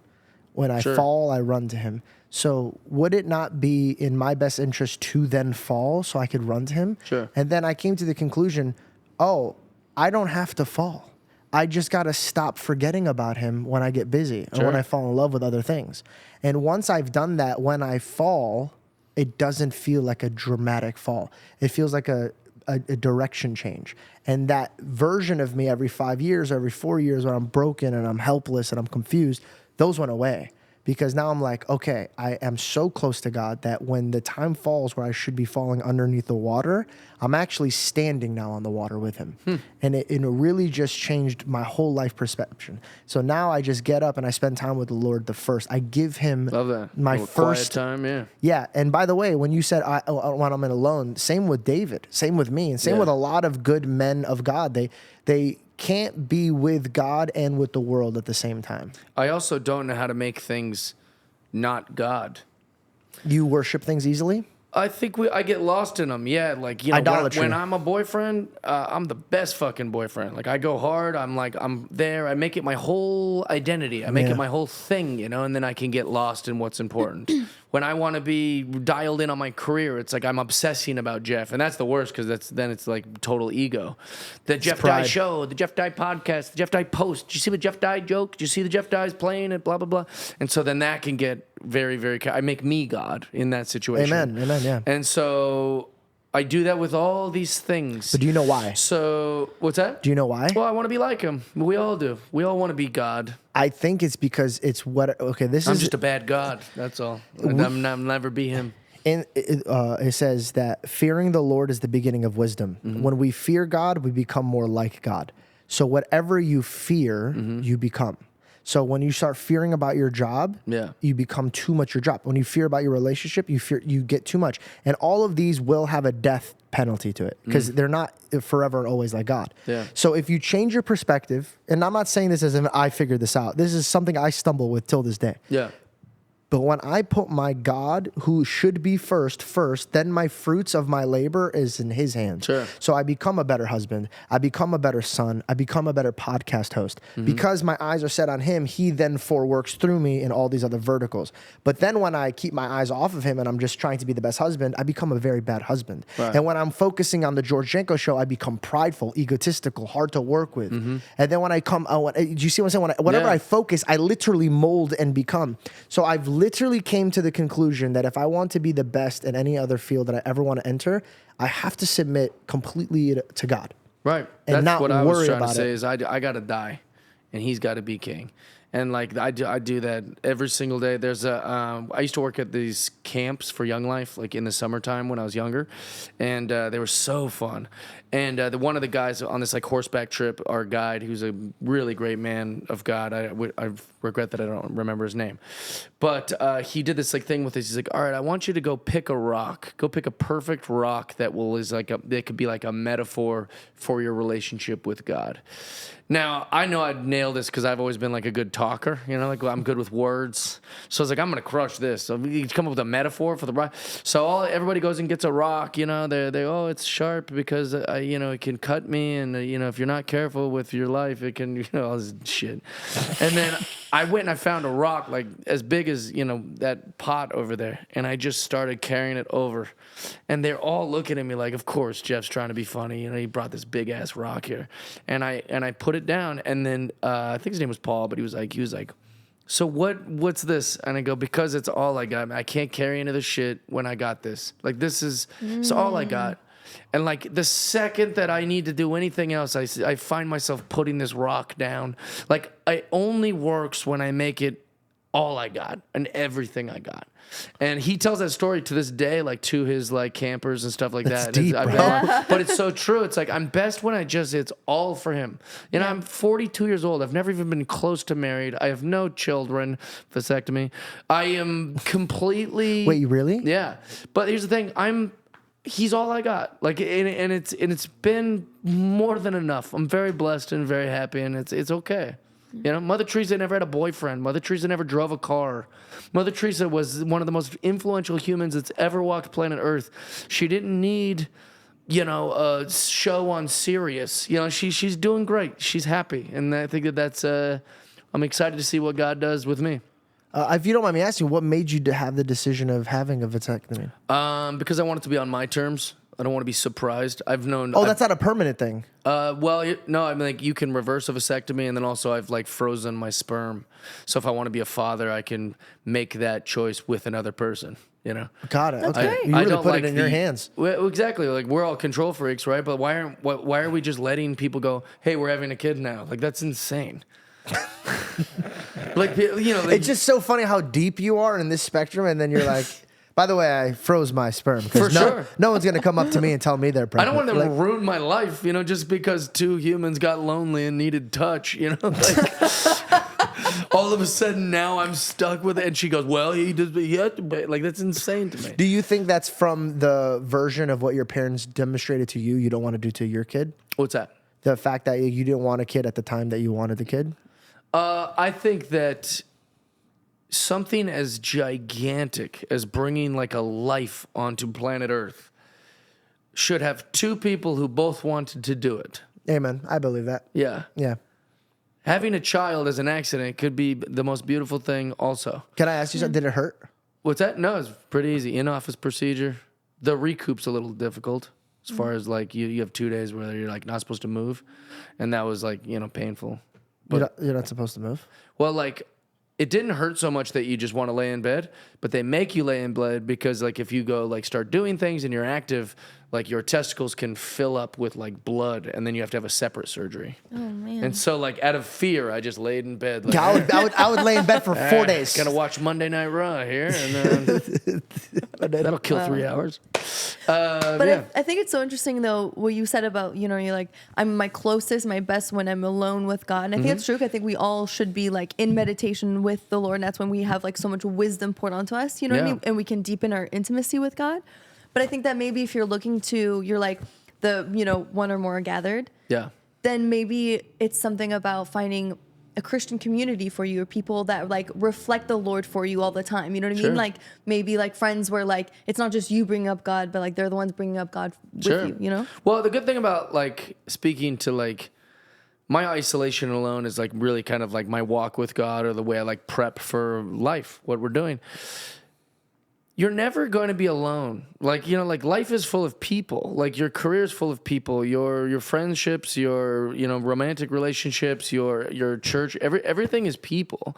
So like a lot of people, like especially my age or definitely your guys' age, will talk about like having kids, and they go, I don't know if I could just not have kids. It's like there's going to be kids in your life. Your friends are going to have kids.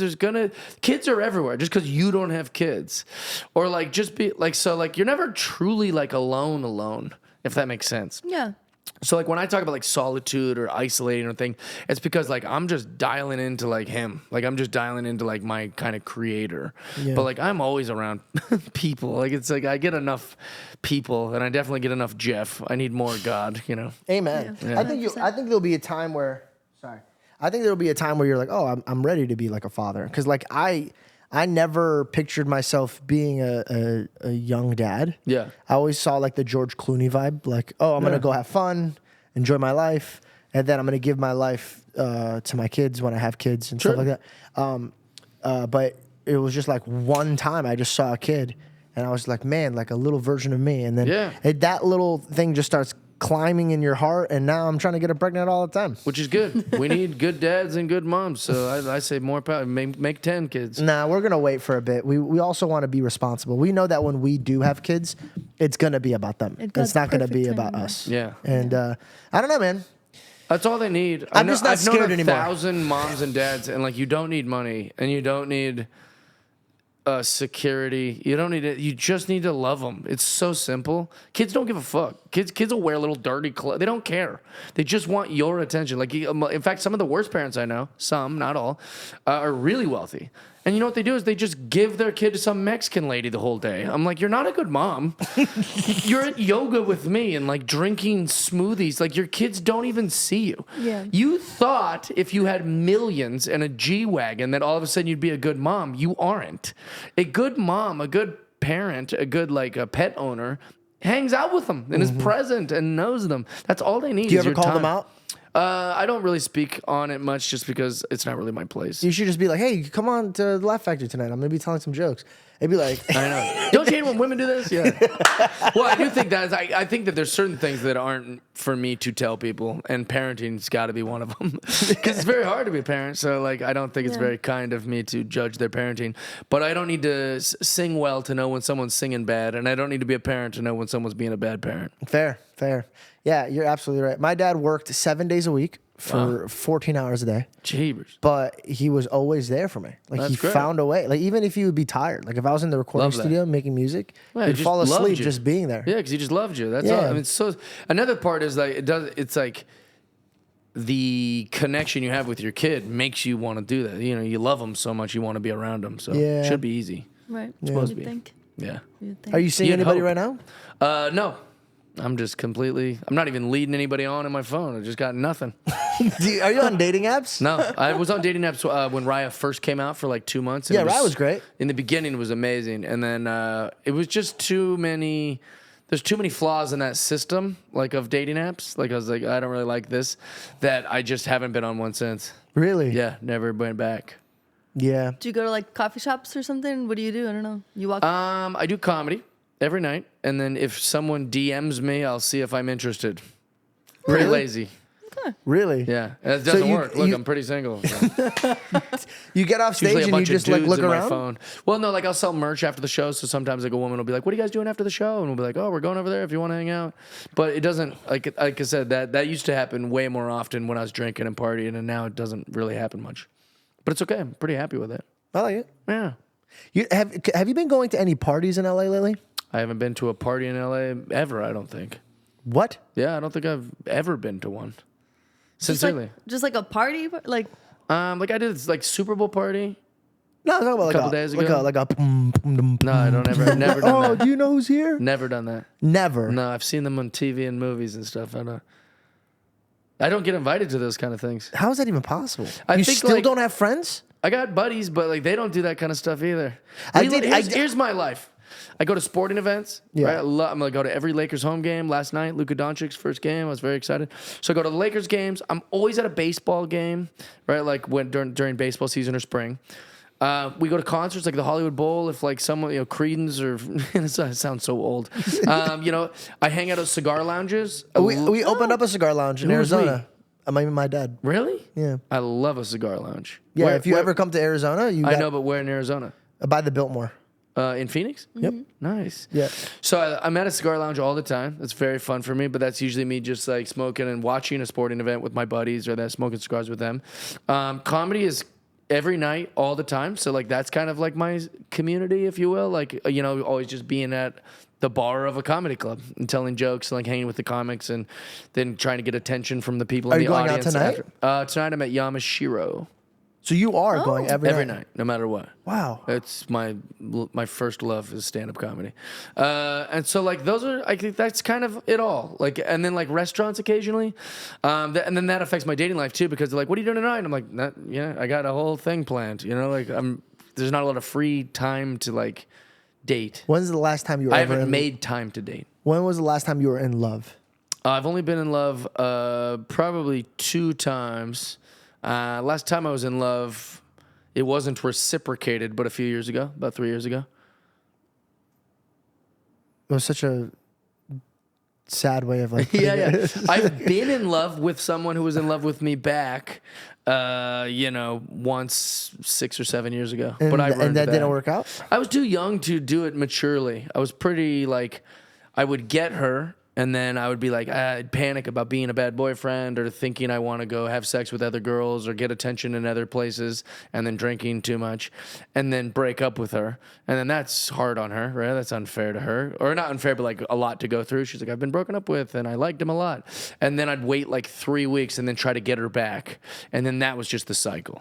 Break up, try to get her back. Break up, try to get her back. By the end of enough times of that, she must just be exhausted and annoyed and hurt and scared and like so like I just broke this lady over and over and over and over until I ruined any chance that I had with her. Is she married now? No. She's good. Well, I've checked in on her a few times. She's great. Yeah, everybody okay. does. If you're still single, you always look back at the ones you used to be in love with. Just look up like, all right, you're still single. Oh no, I'll like just pop in and just like we have a mutual friend that just got diagnosed with cancer, so like I messaged her a thing to like pay for like she's got money and so I was like, hey, buy this thing. But that was my way of also just being like, you good? Like, Yeah. She's got a boyfriend. She's happy. Everything's good. Oh, okay. She's in a relationship. Yeah. I wouldn't, I've literally, I do not deserve her and I have no interest in getting her back in any way. And then the one that you were in love with, but she wasn't in love with you. Is that tough? That was the hardest thing I've ever went through. Yeah. Really? For sure. Oh, for sure. That's the worst feeling in the world. Yeah.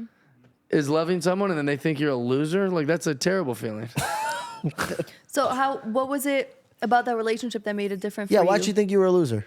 No, not. Sorry, I thought that's what you were going with. I don't know why, if I'm honest. I don't know. You're I'm tall, not a you're loser. good looking, you're funny. Who is this picky that's woman? Probably what rattled me the most. I think you're I go, saying what the fuck's wrong? I'm 6'5". I'm crushing it. I'm rich.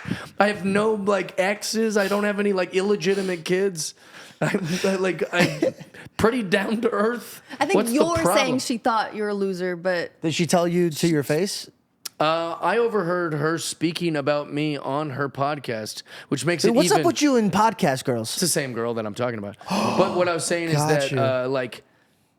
I'm trying to think of a good way. Like, if there was a way to, like, put, like, a little drone in your ex's house and they didn't even know you were watching them talk about you, and then they said all this hurtful stuff, you'd be like, that's how you talk about me when I'm not around? Like, that's the truest you feel about me. Yeah. Is that, like, you didn't think I was hearing it. So that was, that's She how I talked know on a that. podcast? Right. Yeah, I'm going, Jesus Christ. jeez. Here I was, thought I was doing pretty good. That's a fucking Well, you know very what? humbling. Talk about ego death. Don't do mushrooms. Just date that skank and then listen to her podcast. Well, you dodged a bullet because clearly, you know what I mean? If anybody's going to say something like that on a podcast, she knows you're eventually going to see it, but she doesn't care because it's just going to get Oh, she views. just don't care. I don't think she I don't know. thought I think that's a pretty authentic move. I think she's What? being very honest with Yeah, the she's being audience. very honest. Yeah. I think I it's am lame. not her match. It's fair. It doesn't mean she's not a great person and capable of loving someone else. It was just like, it was very humbling for me. Dang, bro. Just imagine you tell your friends, like, yeah, dude, she has a podcast. You should tune into that. Oh, my That God. one episode, you're like, oh, Yeah, man, you're like, I really holy wish I... fuck, dude. That was very eye-opening. It's all right. Do you, so are you sober from all things? Yep. Sober forever. Did you ever smoke weed? No, I never liked weed, but I tried it again because potheads are so like Lazy. optimistic. Really? Oh yeah, you have I don't like pot. They go, oh, you got to try this strand. You go, all right.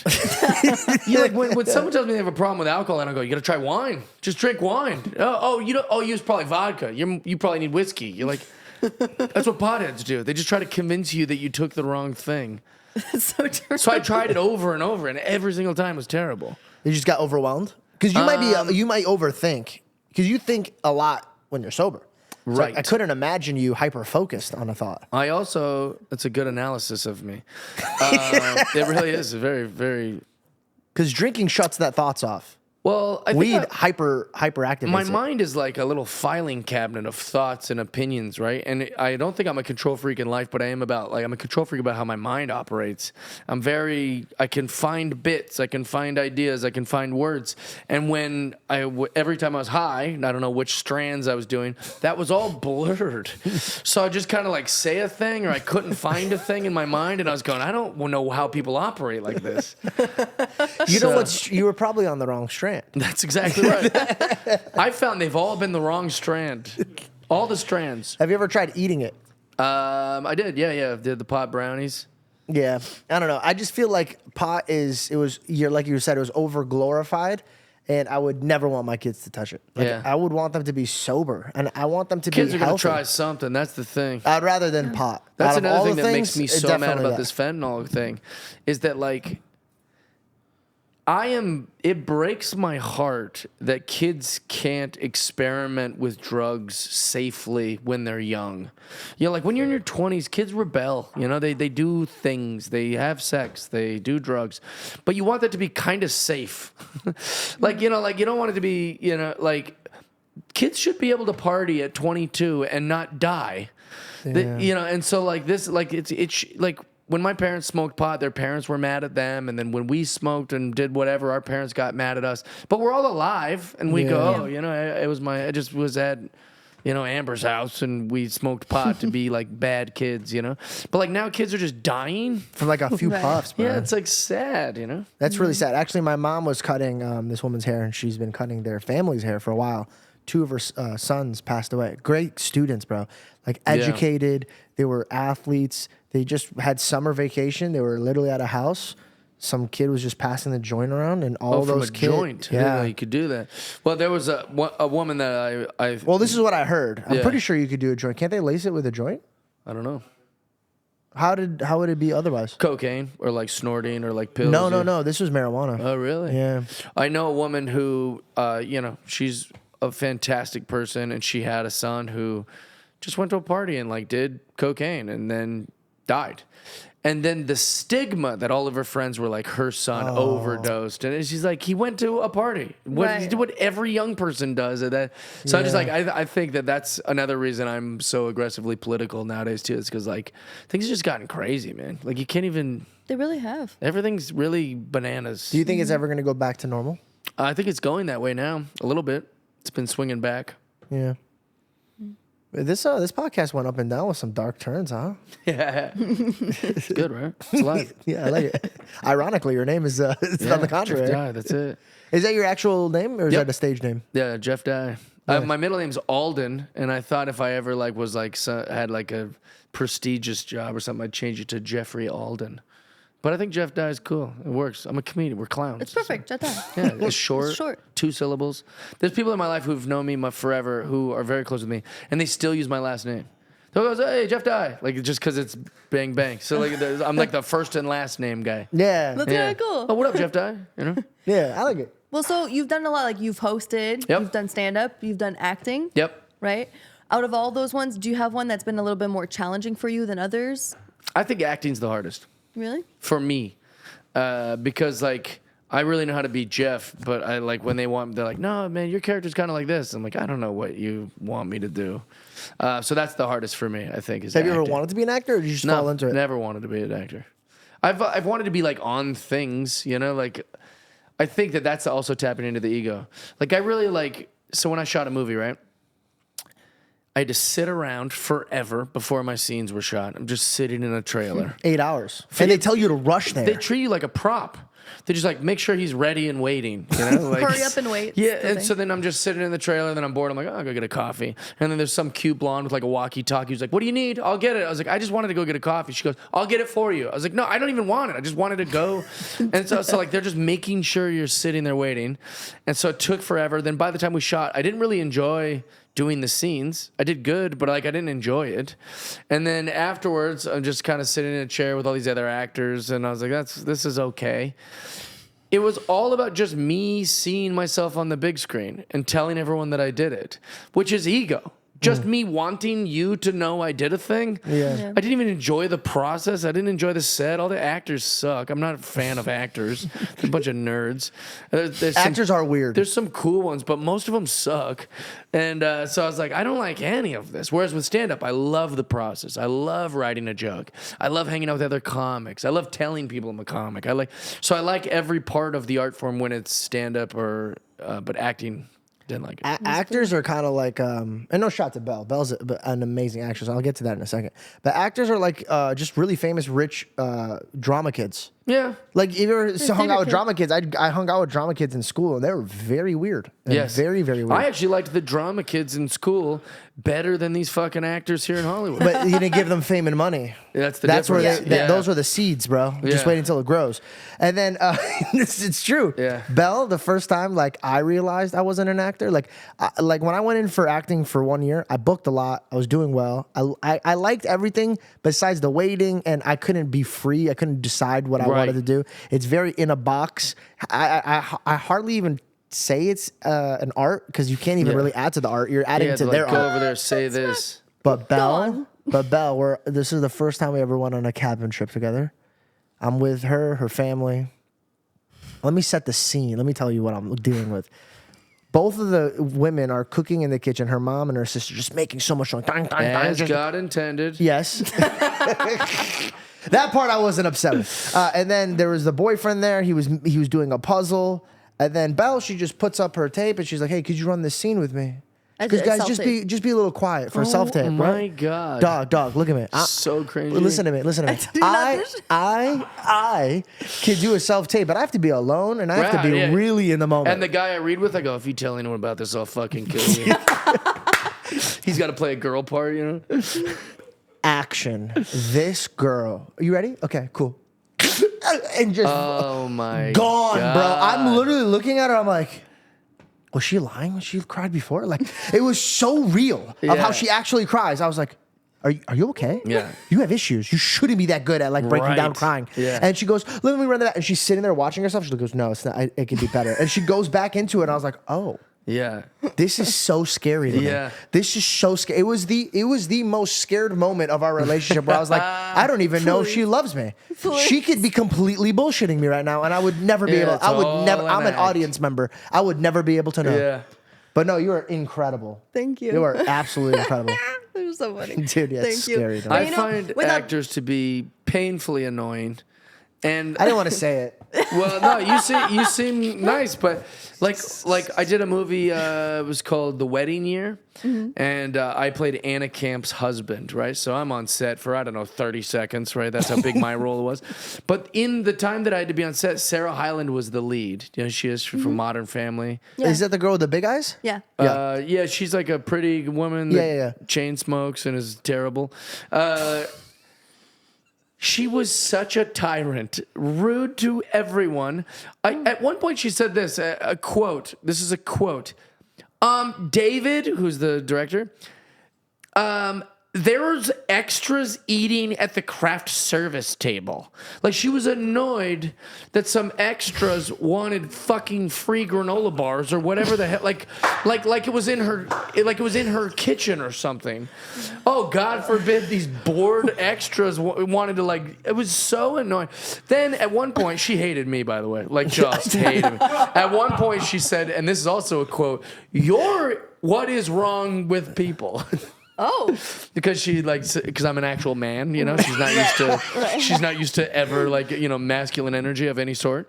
So, she tried to show everyone the new Dumbo trailer had just dropped that day, the live action Dumbo, and she was showing it to us all, but they're all in this hierarchy of Hollywood where it's she's number one on the call sheet. We have to pander to her. If she's mean to us, just let her be mean to us. And if she's sad, pretend like it's okay that she's sad. But she was a tyrant. She was literally a terrible person. So everyone's oh, Sarah's showing us something. And she wanted to show them the Dumbo trailer on a phone, right? We're all around, oh, she's showing us something on her phone. So everyone's pretending to be interested. She starts crying while showing us the Dumbo, to let us know how moved she is by the Dumbo trailer. I couldn't believe it. I was like, and I just said, I didn't even mean it. I just wanted to ruin the moment. I go, yeah, that looks gay.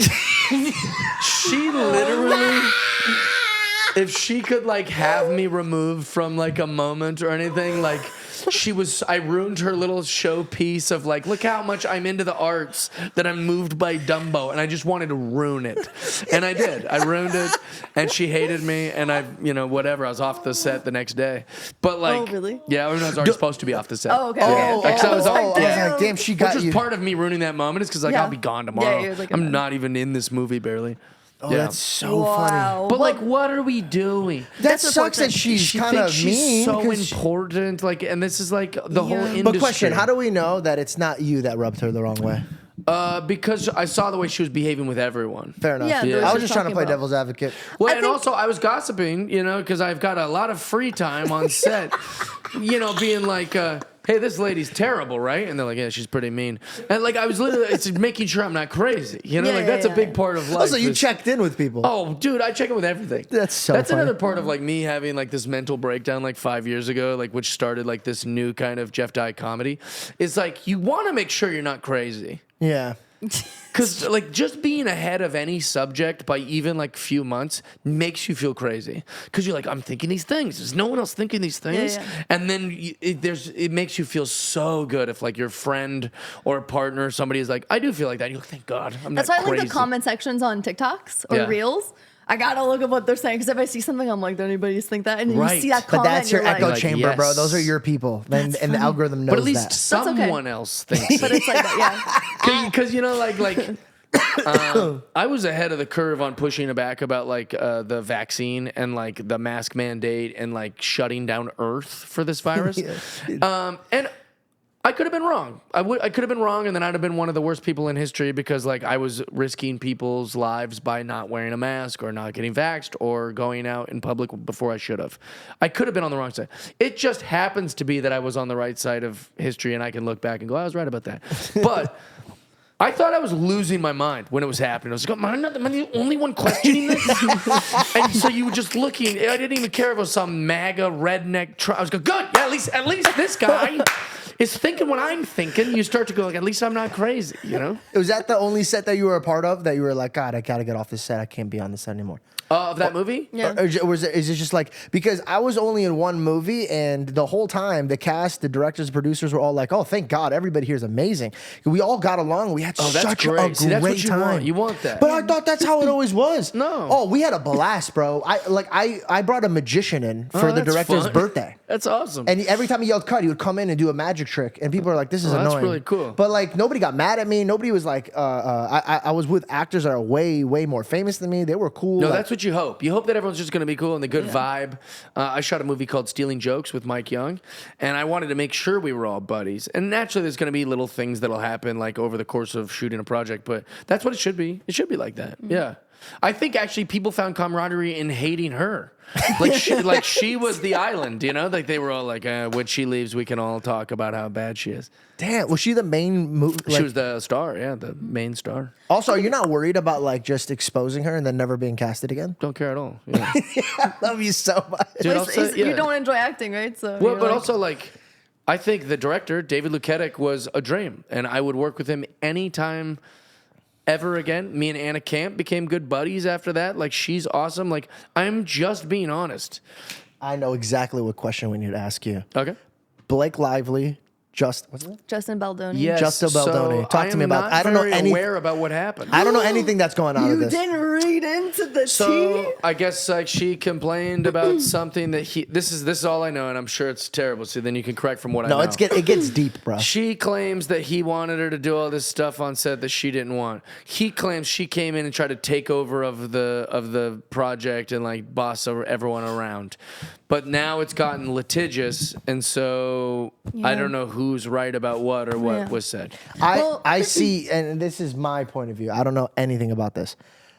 I give it 10 seconds of my time, and then I move on. And Yeah. so far, within the 10 seconds that I'm learning, it's really destroying Ryan Reynolds and Blake Lively's image, bro. Like, Oh, really? this to me, they I used to love be the Hollywood, sentence too. Here's my take, and I don't know anything about this. but it's true. That I don't should know be anything about the it. name of my book.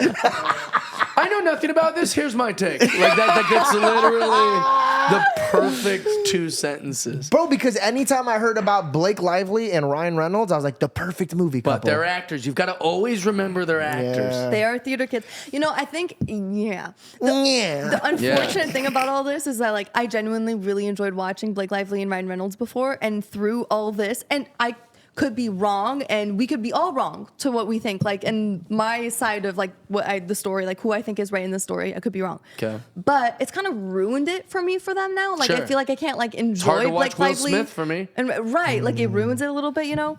But if you want to find out all the tier and all the information, Candace Owens like happened to cover it because she got like intel Yeah, from she's people still a on woman. set. She likes this kind of stuff. Yeah, dude, she did really- such yeah. a That's good That's true. job. Candace Owens, like that's another one you got to remember. No matter how badass Candace Don't- Owens does or don't whatever, loop me in this. you got to Don't loop- remember Candace Owens still a chick, and she's still gonna love some like celebrity gossipy kind of stuff. I want to it make was this. just- Hold on. I but, want to you make this know- very clear. I want to make this very clear. Ryan Reynolds, if you get past this clip of us talking about your relationship, just know, I don't care. I still love you, man. Oh, that's I nice. love your movies. I love everything you did, bro. They even said that he was mean to somebody on Just Go With, not Just Go With. I actually hope things get so complicated and terrible for you guys that you guys break up and then I slide into Blake Lively's life. That's what I hope. I That's don't- what I'm rooting for. I don't Ah, want. I'm I sure don't. you're the I don't drama. want I that. don't know if I you don't want want that. What's the movie that the proposal? Proposal. They even tried to make some gossip about you during the proposal. I watched that movie 100 times. So what happened? That's the best movie about the whole drama. He's a good actor. is it Why this- do we how have to can it be care this about people's interesting? personal? Okay, so- Why do we have to care about their personal? Okay, Dwayne The Rock Johnson. You know when I stopped liking him too much? When he started to try to talk about running for president, and then he got too personal. Some people don't need social media. No, You but ruin it. You ruin the veil. Stop. Will Smith. I'm sorry to say this. He is so corny. He is corny. He is so corny. Theater kid. What happened to the Fresh Prince? Yeah. You're not fresh anymore. Yeah. Poor guy. Wait, so let's hear about this Blake Lively thing. Sorry, I got really passionate, and it feels like we're gossiping. But I get what you're saying. But listen, listen. I don't have anything wrong with any of these people. Whatever it is, it is. The truth will come out at the end. You know, whatever. But I mean, the problem that's with this is that it all revolves around like fake allegations towards Justin Baldoni, right? So Blake Lively's claiming that there were sexual assault allegations towards Justin Baldoni, and Justin's like, I have all the receipts, I have all the videos, I have all the dallies. Of what? Like towards her? Like, yeah, like on set. So he's just been releasing everything. So that's the issue. She's But how could he have receipts of things that didn't happen? because he has text messages. Like she'll say like, oh, he said this to me, and he's like, here was a text message, or like he said this to me on set, and he's like, here's the dally from that day, and here's the scene, and this is exactly what happened, right? So that's why people are really torn, and people are actually taking like Justin's side, even though Right. normally like when a woman claims sexual assault, right, you're like, okay, like, hey, we're not gonna, if she says it happens, what are you gonna, you know what I it's mean? tough. You can't comment on that. But because Justin has just been showing proof after proof, like, hey, she's saying all these things, this is not true. Yeah. Then it's all this going back and forth where they're saying like one's trying to trash one's image in the Yeah. media, and then somehow Ryan got involved in this. You know, Candace has a bunch of her like conspiracies Yeah. with this and like what happened. But so it's just a lot of drama. Do you think Right. this is fake beef like Drake and Kendrick? No, because I think that for either one of them, it's just just trying to like sell the movie. detrimental to their career. Do you know what I mean? But it ends with us. Well, think about it's like a diss track, you know? That's what I'm saying. Yeah. It's like bringing hype. I've never even seen the movie trailer, but I've heard about this movie 1,000 times. Yeah. I It don't could know. also be a distraction. You know? Oh, now the we're second diving our in. president is getting like indicted, and then the different president's son has like pedophilia on his laptop. All of a sudden, a submarine is missing. You know. Now nobody cares about our politicians doing crimes because they're like, did you hear 6 billionaires are lost in the ocean in a submarine that runs off a Nintendo 64 controller? Like you get lost in these like little side news things. So like this seems like I'm shocked anyone would care about Blake Lively and a director I've never heard of having some sort of beef. You know what's crazy is that we got to a place that life is so wild that all of us confirmed that there's aliens out there, and nobody freaked out about it. Imagine everybody in the 70s that were smoking and telling them like, bro, you don't understand, man. The government's hiding stuff, man. It's And because then what would you do? immediately There's nothing you can do different. You're still going to wake up and have breakfast. You're still going to go to work. They go, by the way, it was all a big psyop, and we did 9/11. You'd be like, should I still go to work? They go, yes, please. And then you go, okay. Like it's just you don't know what to do. We at the end of the day, like they could, you know. They could be like, your mom's a lizard person. You go, it's going to affect our relationship. I think, but like you can't. Most people don't know what to do. They don't know. What is the biggest conspiracy that you believe in? That you're like, nah, besides Bigfoot. Oh, I've never said this publicly, but this is interesting about me. Nice. Is that the so there are people who don't believe in anything, right? They're just like they're so unconvinced about conspiracy theories. They just can't for whatever reason. They're like, I believe it when I see it kind of people. I am unfortunately the opposite.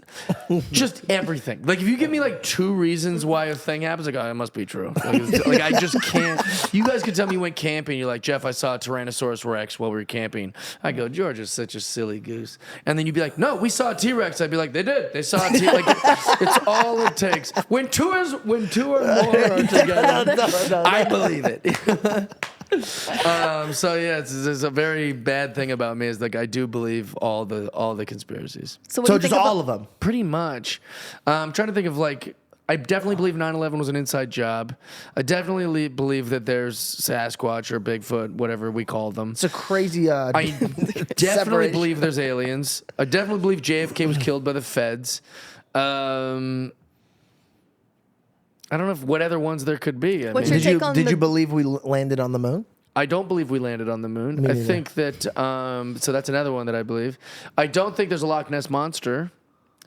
You know that one? People think there's a Loch Ness Monster? Do you know what that is? There's a lake called the Loch Ness Lake, and they believe they've had all these like sightings of like a giant dinosaur that like lives in the water, and because of how vast the ocean is, you think, well, that could be likely. There could be huge things like in our oceans that we've never seen, but it's not. It's a lake, and they've been able to scan that lake with lasers multiple times with modern technology. So I don't believe in that one.